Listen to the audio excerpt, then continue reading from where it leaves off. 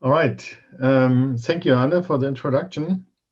Yeah, I'm going to speak today about generative computer vision approaches for fashion. So one aspect of deep learning, there's many more going on at Zalando. But first of all, quick intro to Zalando for those of you who don't know what Zalando is. So we are online fashion retailer active in Europe. Meanwhile, in 17 countries, including Norway, by the way. We have more than 35 million active customers and 3,000 brands on sale. Among them, there are also beauty products since recently. And our last GMV was incredible, 8 billion euros, quite big. Well, there's a lot of machine learning problems at Zalando in a business like that. Some of them are visible and very obvious, like search or discount steering, size recommendation, outfit recommendation. Of course, the similar and complementary items recommendation. Um, there's a lot of personalization problems and activities going on. And there's many more behind the scenes that you wouldn't notice. So Solano is also quite big in terms of data science and machine learning stuff. There's like 150 to 200 people with a data science background like that. And yeah, among them, Solano Research is a small research lab with a handful of people. And one of our topics is generative modeling. That is that we started to try to have a look at what modern GAN, generative adversarial networks, can actually be used for in a business like Zalando. And in this talk, I'm going to present you some of our experiments that we did and some insights that we gained. Um, I have a few demos. I hope they will work. Yeah, so let's get going. So first of all, what is generative adversarial model? So all this started in 2014 with a great NeurIPS contribution by Ian Goodfellow. Starting point usually is data, and you want to probabilistically model the data. That is, you want to model the distribution density of the data. So we have real data. Typically, this is images. At least in our use cases, it is images. It's not restricted to it. And back in the days, well, people started using CFAR. And then you have noise. And the task at hand is to train a possibly big and complicated neural network called the generator to transform that noise into something that is like an image. And in order to get the training signal for this generator to be trained with backpropagation, you have another neural network that is a discriminator, and the discriminator tries to tell which one is a real image and which one is a fake or generated images, right? And both agents play a game against each other in a way. So the discriminator wants to tell apart fake and real images as best as possible. And at the same time, the generator tries to fool the discriminator as best as possible. And yeah, back in the day, it would have looked like this. I guess this on the left-hand side is pretty much what the first GAN images looked like in Ian's presentation at NeurIPS. But since then, the development was very drastic and disruptive. And one major step change, like there was a lot of innovations, but at least for us, one major step change was the introduction of StyleGAN in 2019. And they made a bunch of improvements to the overall architecture.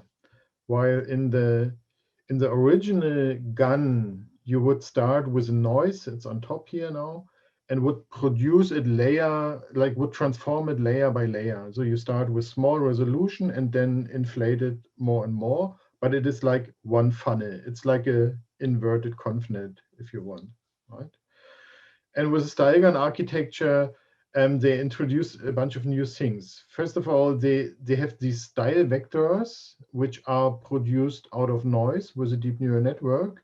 And these style vectors transform every layer with a technique which is called adaptive instance normalization, which has been before reported to be a very useful tool for style transformation in image processing. And also noise is now not injected only in a central place, but in every individual layer to allow for like a large variety of details and great consistency over the whole image at the same time. And what's interesting, so first of all, like StyleGAN allowed to produce really realistic images. So this is taken from the StyleGAN paper, and these images really look, even for a human, it's really difficult to tell whether they are real or fake. So all these images are generated. But an interesting property of StyleGAN is that it seems to disentangle by itself different properties of the images, and this disentangling happens here in those style vectors. And it shows that, for example, with those images here, you would see that some of the style vectors would encode somehow the skin color and the background of the generated images and the hair color, while other style vectors would encode the general appearance and gender and age of the face that is generated, right? And now you could interchange those style vectors and yeah, produce like those style mappings, which are here shown on this paper. As I said, taken from the original NVIDIA paper. And this is a really interesting property, and I will get back to it later, because we also applied this in a little demo for fashion image modeling. Right? So what could be done with these types of guns with the data that we have? And we just first trained such a model on article packshot images. So packshot images are those with a white background, Freisteller in German. So here you see a couple of generated dresses, and you see that the model is indeed capable of picking up different silhouettes of dresses, different necklines and sleeves and so on. And it can also pick up flowery patterns or uniform colors. It can also pick up more complex dresses like this dirndl thing here. And all this really works really pretty well. But what's even more interesting, this model is also able to generate whole persons, whole full body fashion model images, right? And you see also here different personalities, gender, different outfits and poses and so on. And at the same time, images show great consistency. So the shoes have the same color left and right and so on, right? And this is pretty amazing, but it is actually not really what we want. So unconditional generation, that is nice, but so far it is it's a gimmick. So because most applications we actually want to gain control over what is rendered, right? And in order to achieve that, we also had researched a lot on conditional generation. Even before StyleGAN was there, we have started to incorporate conditioning to the image generation process. So how would that look like? For generation, obviously you need a bunch of features that tell you what you actually want to render. So that is the levers to control the generation process, and features that could be, well, all that's in your data source. That could be shapes and silhouettes and patterns and perhaps measurements and colors and whatnot, right? And we want to use these features and want to want to have a controlled generation process which acknowledge the input features. And in a nutshell, that means for the GAN architect, use cases for this then could be anticipated in, for example, in fashion design process. Like if you have the features as levers and control can use them to control image generation, then you can use this for creation of new styles and new designs and so on. But you could at the same time also let the user engage with this generation process and let the user like breed, so to say, certain styles, and then let them look for these styles in the fashion store. Or most importantly, it could also be used for virtual try-on and outfit generation, such that you collect your outfit and then you want to see how it would look like on a person that's somehow relatable to myself, and then you could you could make your choice and adjustments and so on. So there's a whole lot of potential use cases once this problem could be really solved. Okay. So how would it look like? As I said, in the original GAN, we had the noise and the generator, which would produce the image out of the noise, and the discriminator would try to tell apart real or fake. And now we also have our attributes, and of course the attributes, they need to be meaningfully encoded. If it's categorical attributes, then some embedding vector comes in handy. If it's scalar attributes or continuously valued attributes, then it could be fed into the generator directly. Depends. And the generator, of course, has to be informed about the attributes in order to be able to in order to know what has to be rendered, right? And at the same time, also we have to tweak the discriminator, because now the discriminator not only has to tell is it a real or is it a fake image, but it also has to tell has the right attributes been rendered. And also here you have different choices to implement this. I'm not going too much into the details here. With some basic attributes, we have tried this approach early on, much earlier than StyleGAN was published.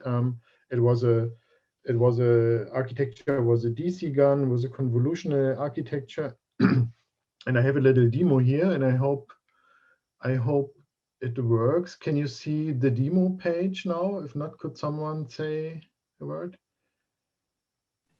Yes, we can see it. Oh, okay, awesome. Okay, so what we have here is like we have trained a smaller GAN architecture on dresses, right? And we have different features like sleeve lengths, and you can control these. We have the dress style, A-line. To be honest, I don't know all these types, but I think this is more a slim dress. You can control the overall length. You can enter different necklines, like a V-neck maybe, or like a, I think like a boat neck that's more a roundish thing and so on. And of course, you can also control the collar as a feature.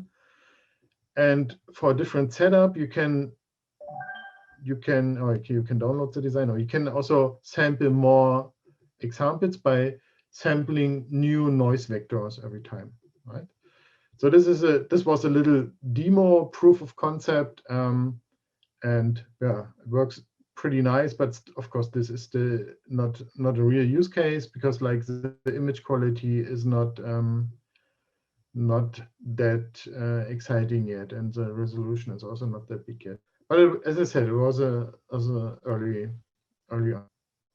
Yeah.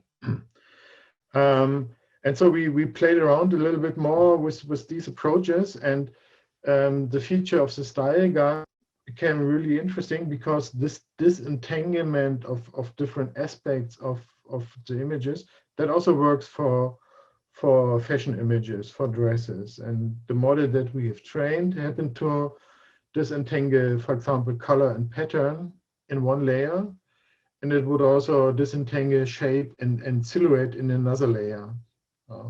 And when you have two samples, say you have this dress and this color and pattern, and you have like this dress with a certain shape, if you would exchange the style vectors from both models, you would end up with something which has the shape and color of this dress, and the pattern and color of this dress, and the silhouette and shape of the other dress.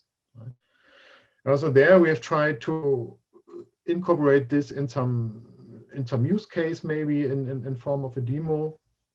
And the idea was that customer could be able to generate a bunch of dresses, maybe, and then recombine these dresses to another dress which reflects more their desire or their interest. And what we did then is we've built a back end with the images or the articles that we have on sale in our fashion store, and did a visual lookup in this back end. And this works in a way that we compute a feature representation out of this image. That's what we call a fashion DNA. It's a 128-dimensional feature vector, which encodes similarity between items, right? And we compute the feature vector for the new so-called search query image, and at the same time we have the feature vectors for all our articles in our database, and we do a fast similarity search and retrieve nearest neighbors, right? And in a way, a customer maybe could be like creating or breeding different styles, and then could look up what's actually on the store with this, right? And also there we have produced a small demo, which I want to show you on the next slide.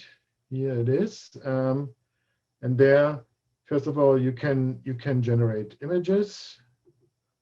Let's see. So these things are now completely random, and you could say, oh yeah, okay, I have this dress and I like this shape, but I rather would have something which is more pinkish. Then I draw this thing in here, and voila, it generates a pink dress. So this one in the middle is generated, and interestingly, you see it can really be really accurate with this tile. So it has a little label in here. And nearest neighbor search revealed what we have in our store, and it's these images over here. So on the right-hand side, these things are real images and real articles. So of course, then you can also swap it around, and it would look rather like this, have the shape and the color or pattern of this, and well, similar items look like here. And so this way you could play around with it, and maybe eventually find something that you like, and then hopefully find a counterpart on store and click on it and and go to the fashion store and shop it. Unfortunately, this is out of stock now. Okay, good. That is nice. It is as I said, it's just a demo. There's no real use case of it. It's not yet implemented somewhere. Yeah, it's quite impressive as I find. But by far more interesting actually is the task of generating complete outfits. And here a use case really comes close. That means it would be nice if we would be able to take an outfit in form of the articles, maybe a t-shirt and trouser and a shoe, and generate a fashion model picture out of it. So how would these things look on a person? And why do we want to do it? So first of all, it is clear that customers really want to see model pictures, and most of our content is produced with models. But of course, like say, let's assume we only have 1,000 shirts and pants and 1,000 shoes and maybe 100 different fashion models, and this would be 100 billion outfits. No one ever could take a picture of all those outfit combinations, right? And for the data that we have, as I said, like we have like 600,000 different articles on sale. So this would be many orders of magnitudes bigger. So probably this doesn't work. But if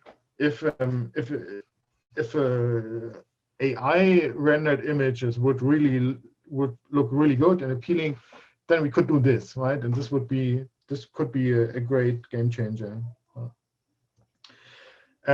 Okay, so what do we want to achieve with this fashion render? So we want to have this outfit, and of course we want to model. We want to generate a model wearing this outfit.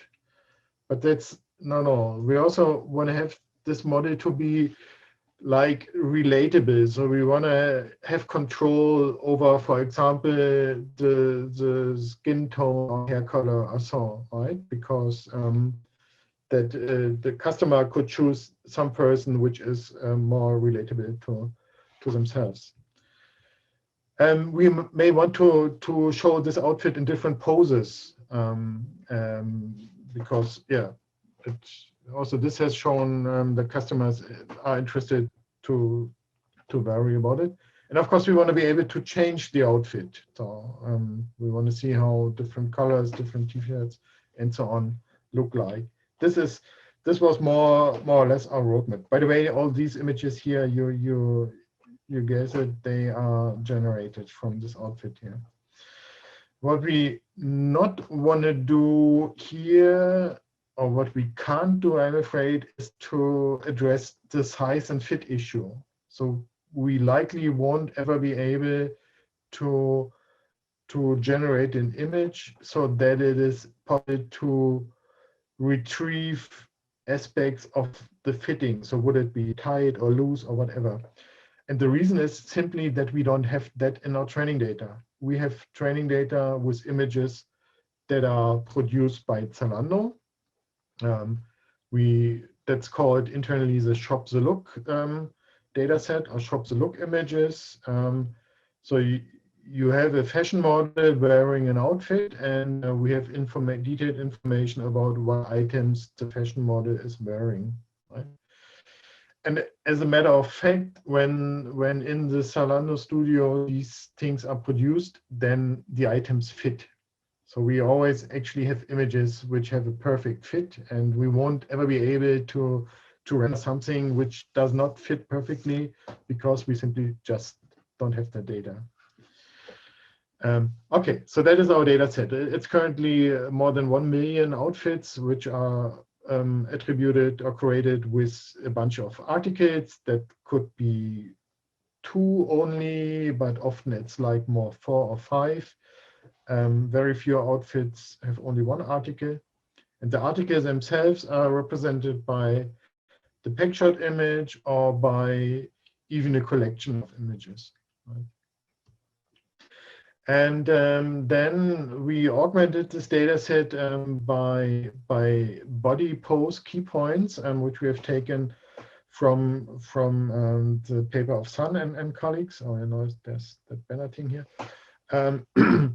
That is like we've used that model to compute a skeleton, and this ends up in 16 key points, and we represent those 16 key points in a 16-layered image, if you want. So here they are all blended together. That's what it looked like. And these key points, they first are used to control the pose, but they also are very handy for other purposes, as I'll show you shortly. And also for the fashion render, I can present you a little demo. I hope it works. Right. There we are. So it looks like that you have the outfit, which is taken from our outfit recommendation engine, and it renders the outfit. But you can like sample new outfits randomly, and then it renders this one. And you can choose different poses, and then it renders on the fly. So this is all live, right? This is no mock. This is really there. And now you see, sometimes it renders accessories, a suitcase, for example, even though it's not part of the outfit. And this is mainly depends on the pose. Though there are certain poses which are very likely that some accessory or suitcase is included. What you can also see is that the shirt now is over the trousers, but sometimes it is also in the trousers, which is also an ambiguity which the model has to decide upon on its own. Right? And of course, you can now change the outfit. You can browse on the carousel and take a different shirt. No, the suitcase disappeared all of a sudden, but this is like it's the model's choice to do these things, right? Yeah, that's what it is. You can choose different shoes maybe, and you see sometimes there are artifacts. So here, this is something I don't know. Then maybe, yeah. Sometimes it doesn't work perfect all the time, right? You can also see a different outfit that the model does not always pick up the items or the colors correctly. This is in particular when things are occluded, then it's more difficult for the model to take the right choices. Yeah? And here it may be the case like the sweater is actually brown, but it renders a gray one. And this may be the case that just our training data is not diverse enough there, right? So it has difficulties to generalize over it. And maybe I can show you another example. Yeah, well, here this is something. Here there are actually two tops. This actually shouldn't happen. So model is confused what to do with it. Okay, so there are a few failure cases, challenges, and I take we can have a look at them together. I have to look at the time. Okay. So first of all, it can happen that we have uncanny body parts. For example, it happens if the pose doesn't match to the outfit. So this pose is somehow more a male pose, while the outfit is more a female pose. And yeah, funny things can happen then. The model at times have problems to be consistent with occlusions. As I showed you with shirts may be worn inside the trousers or above the trousers, and sometimes the model has problems to decide or to be consistent with it, right? And of course, the model has problems to pick up detailed textures and logos like that. Yeah? So if you have a T-shirt with a print, then it renders something like a print, but it hardly will ever render the exact print. So it has difficulties to render letters, for example, or certain patterns. And we have developed a bunch of approaches and heuristics to address these problems. And I will show you some of them in the following. So first of all, for the problem of having uncanny faces, like here, this face maybe not look optimal.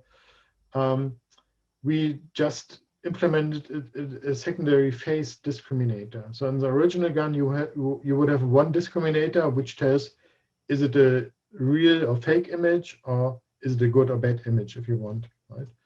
And now what we did is we just implemented another discriminator which looks at the face region and tells also, is the face actually a real or a fake face, a true or a rendered face. And because we have the body key points, it's completely easy for us to find the region of the face. So we don't have to use a face detection algorithm or so. We just look around the face, body key point, and have the right region. And this already improves the face quality a lot. So without the face discriminator, it may happen that you have some freaks rendered, while with a face discriminator, the faces usually look much better. Right? And yeah, easy to achieve. Then another thing is we noticed that with the same outfit, the image quality can be very different. So you could have with the same outfit really awesome images like this one here, and you can end up with completely crap like that. And this depends on mainly on the pose, but also on the latent input noise. It is it's known from the gun literature that the input noise in guns, when the noise temperature is lowered, then you get more conservative images and not so fancy outliers. And same seems to happen here with a pose. Like if the pose does not match the outfit, as I said, male pose versus female outfit and vice versa, images may be bad. And what we do is like we produce a heuristic that allows us to sample a bunch of images and then automatically choose the best one. And this improves the overall quality greatly. And how are we doing it? We made use of a paper published in Europe's 2019, Improved Precision and Recall Metric for Assessing Generative Models. And what we do is we take the images and produce a feature vector with the help of a pre-trained VGGNet, which gives us a 4K dimensional feature vector. And for all true image data, all those feature vectors would live in some manifold in that 4K dimensional space. And we approximate a distribution in this space with a Parson estimator. That is, we put a little Gaussian blob on every data point that we have in our training data set, or on a subset of our training data set to be precise. And now if we have a new image, a rendered one, we could tell how close this one actually is to this feature space, to this high dimensional space, right? And it turns out that images that are much closer to the space also have a much better quality. And I can show you this here on an example. So here are, how many are these? 16 images with the same outfit rendered with different noise and different poses. And you see 4 numbers here. It may be really small. It could be that you can't see them. It is 4 numbers because we made this analysis not for the image alone, but also for the face itself and for the left hand and for the right hand, because these are the most important body parts which can be uncanny and where it harms, where it is uncanny. And you see, for example, For example, blah, blah, blah, there was here, this one where the hands are somehow messed up. The values for the hands are particularly low. While here for this guy, the overall image quality is pretty low. And it seems to be that this one is the best one if you take a trade-off of all those 4 numbers. Yeah, so this can improve the overall quality greatly. It comes at a cost because you have to sample a bunch of numbers and have to run this analytics. But if you really need great image quality, then this is the way to go. The next one shall address the missing details that happen from time to time. And there we believe that actually a spatial attention mechanism would be the solution for us.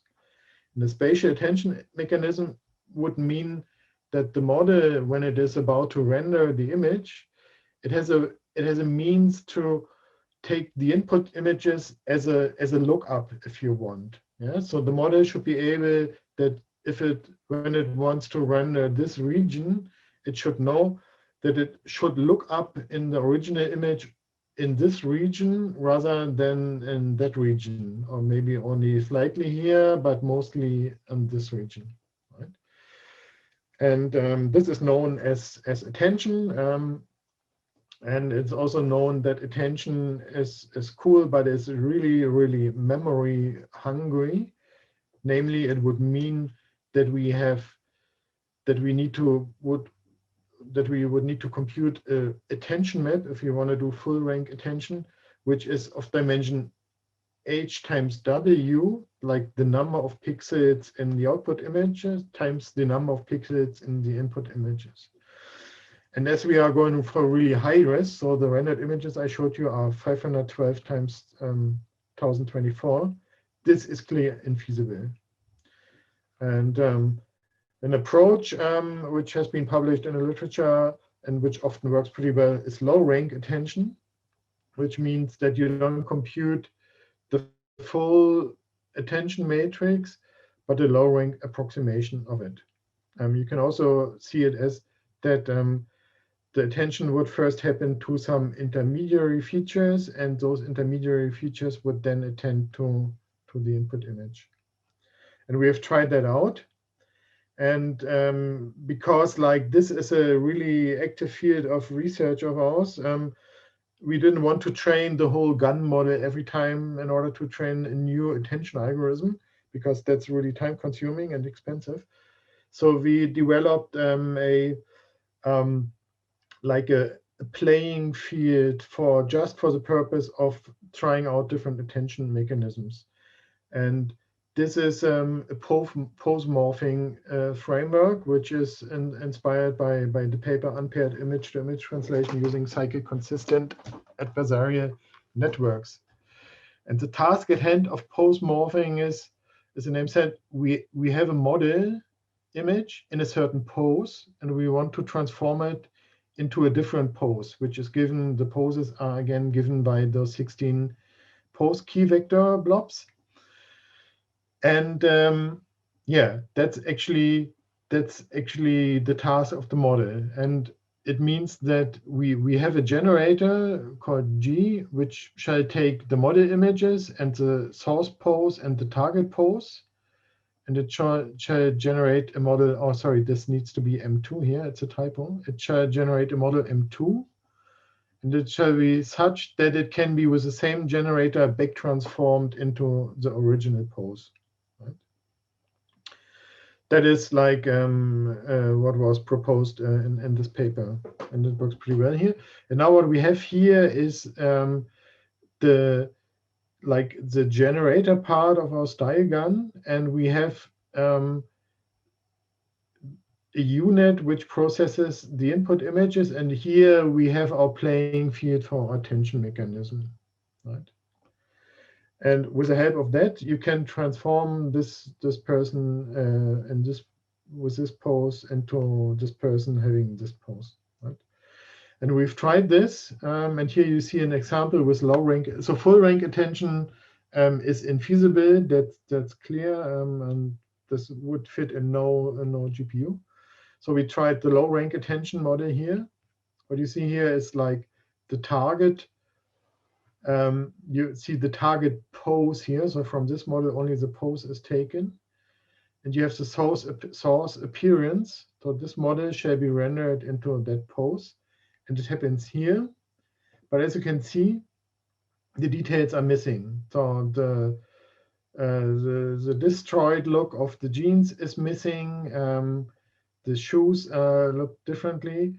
But you can also see the model was able to in-paint the arm on the right arm of the person, and was able to at least somehow let the other arm vanish, right? In order to comply with this pose. But this is clearly not sufficient. So what we want is something which is able to transfer all the details that we have in here. And so we came up with an idea for what we call grid partitioned attention. And the idea is that we just use full attention on a low scale, on a downsampled scale, where we have so few pixels that full attention is actually possible, and then do in the high attention, in the high res layers, do attention only inside the sparsity pattern, which was retrieved from the low scale full attention.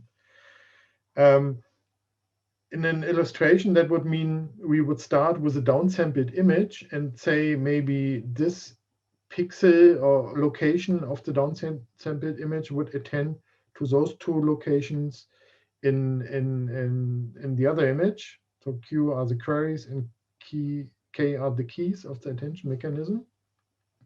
So we assume that this attention pattern is sparse, which is often the case in the images.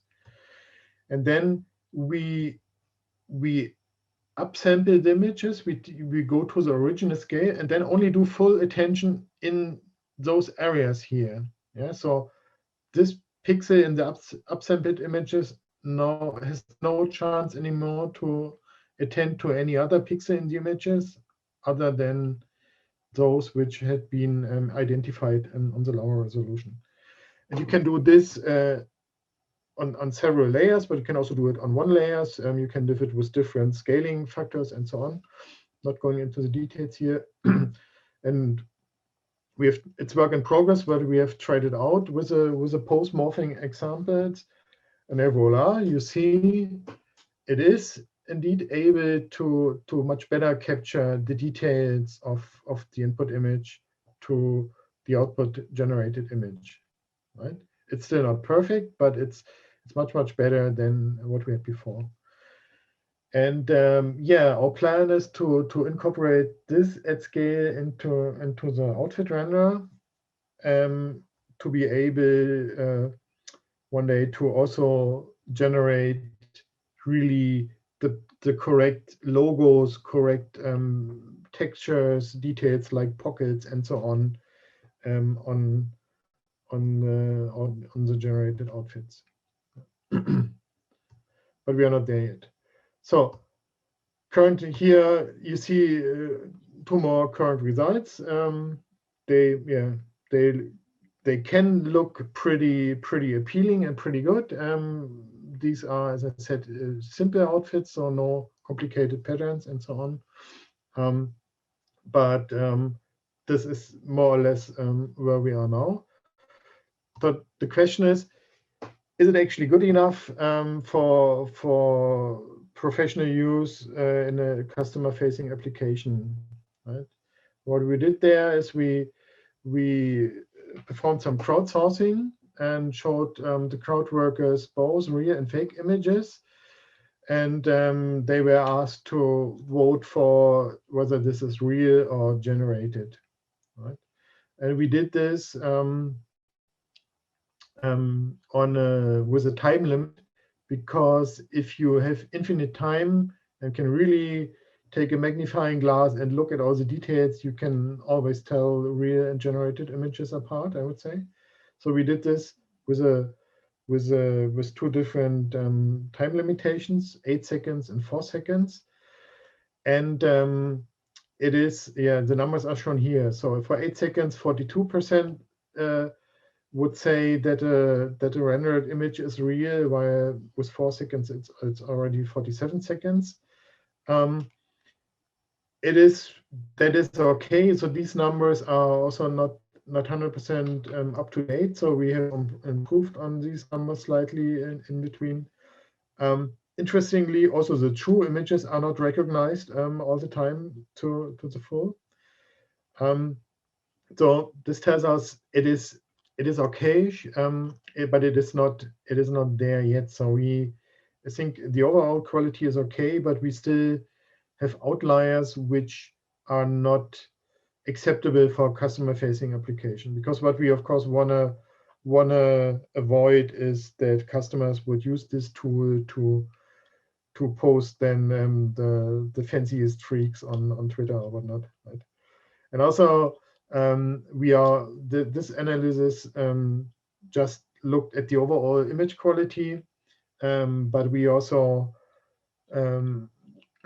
we need to assess the detail quality, because this is also a blocker for a real customer-facing application.